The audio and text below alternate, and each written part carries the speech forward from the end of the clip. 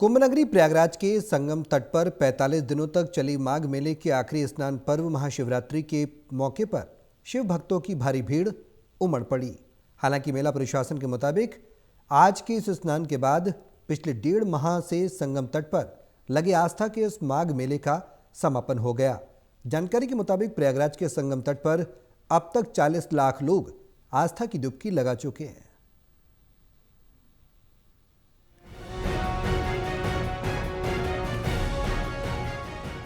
कुंभ नगरी प्रयागराज के संगम तट पर 45 दिनों तक चले माघ मेले के आखिरी स्नान पर्व महाशिवरात्रि के मौके पर शिव भक्तों की भारी भीड़ उमड़ पड़ी।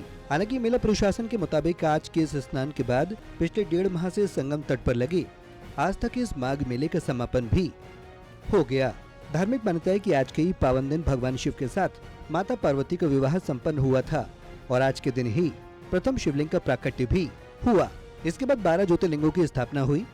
फिलहाल पहला मौका है जब माघ मेले में 5 स्नान पर्व पर 22 करोड़ श्रद्धालुओं ने अब तक स्नान किया और अंतिम स्नान पर्व महाशिवरात्रि पर 2 करोड़ से ज्यादा श्रद्धालुओं के स्नान करने का अनुमान भी लगाया जा रहा है। तीर्थराज प्रयागराज के संगम तट पर शिव आराधना के महापर्व महाशिवरात्रि पर देर रात से ही श्रद्धालुओं की संगम समेत सभी घाटों पर आने का सिलसिला शुरू हो गया। हर तरफ हर हर महादेव की जयकारों की गूंज रही।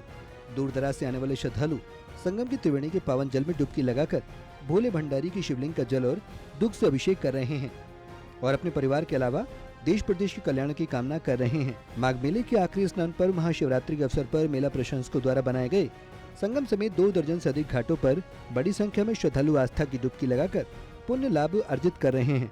तीर्थराज प्रयागराज में महाशिवरात्रि आज का दिन इसलिए भी खास हो जाता है कि शिव और पार्वती के विवाह होने के साथ ही भोले भंडारी के भक्त दूर दराज से आकर त्रिवेणी के पवित्र जल में स्नान कर दान पुण्य कर रहे हैं।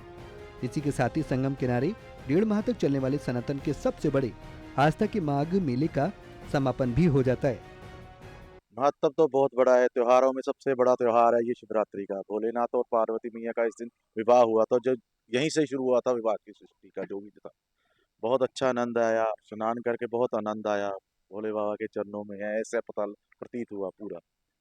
क्या आज के दिन क्या करना चाहिए? आज के दिन सुबह उठ के जल्दी स्नान करके स्वच्छ होके भोलेनाथ का नाम लेना चाहिए, बस जप नाम कर रहे हो। यहाँ पे आकर हमें बहुत अच्छा लगा। गंगा मैया में स्नान करके, यमुना मैया संगम होता है यहाँ पर, तो हमें बहुत अच्छा आया, बहुत आनंद आया। सुविधा सब अच्छी है, सब अच्छा है यहाँ पे। फाल्गुन मास की चतुर्दशी को महाशिवरात्रि मनाई जाती है।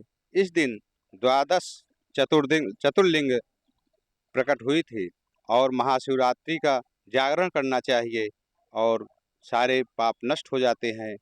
और इस दिन महाशिवरात्रि के दिन बेलपत्र, भस्म सब चीज़ का पार्थिवलिंग का पूजन करना चाहिए और अक्षय वट मार्ग पर पार्थिवलिंग का यहाँ पर पूजन होगा, रात्रि में भी और दिन में भी। इस दिन जागरण करना चाहिए। 4 पहर की जो है महारुद्राभिषेक करना चाहिए, दान पुण्य करना चाहिए, दूध से, गंगा जल से, शहद से। हालांकि उत्तर प्रदेश की योगी सरकार की अगुवाई में प्रयागराज मेला प्राधिकरण के द्वारा संगम के किनारे हर साल लगने वाले माघ मेले को इस बार मिनी कुंभ की तरह सजाया और संवारा गया था। इस बीच सरकारी आंकड़ों के मुताबिक अब तक 22 करोड़ श्रद्धालुओं ने संगम की त्रिवेणी में आस्था की डुबकी लगाई और आज माघ मेले के अंतिम स्नान पर महाशिवरात्रि पर 2 करोड़ से ज्यादा श्रद्धालु की आस्था की डुबकी लगाने का अनुमान लगाया गया। वहीं 1.5 महीने तक चला आस्था का महामाघ मेला महाशिवरात्रि स्नान के साथ ही संपन्न हो गया। फिलहाल माघ मेले के आखिरी स्नान पर्व पर मेला पुलिस प्रशासन ने मेला क्षेत्र के चप्पे चप्पे पर सुरक्षा के कड़े इंतजाम किए। प्रयागराज से टोटल टीवी के लिए आरिफ राजू की रिपोर्ट।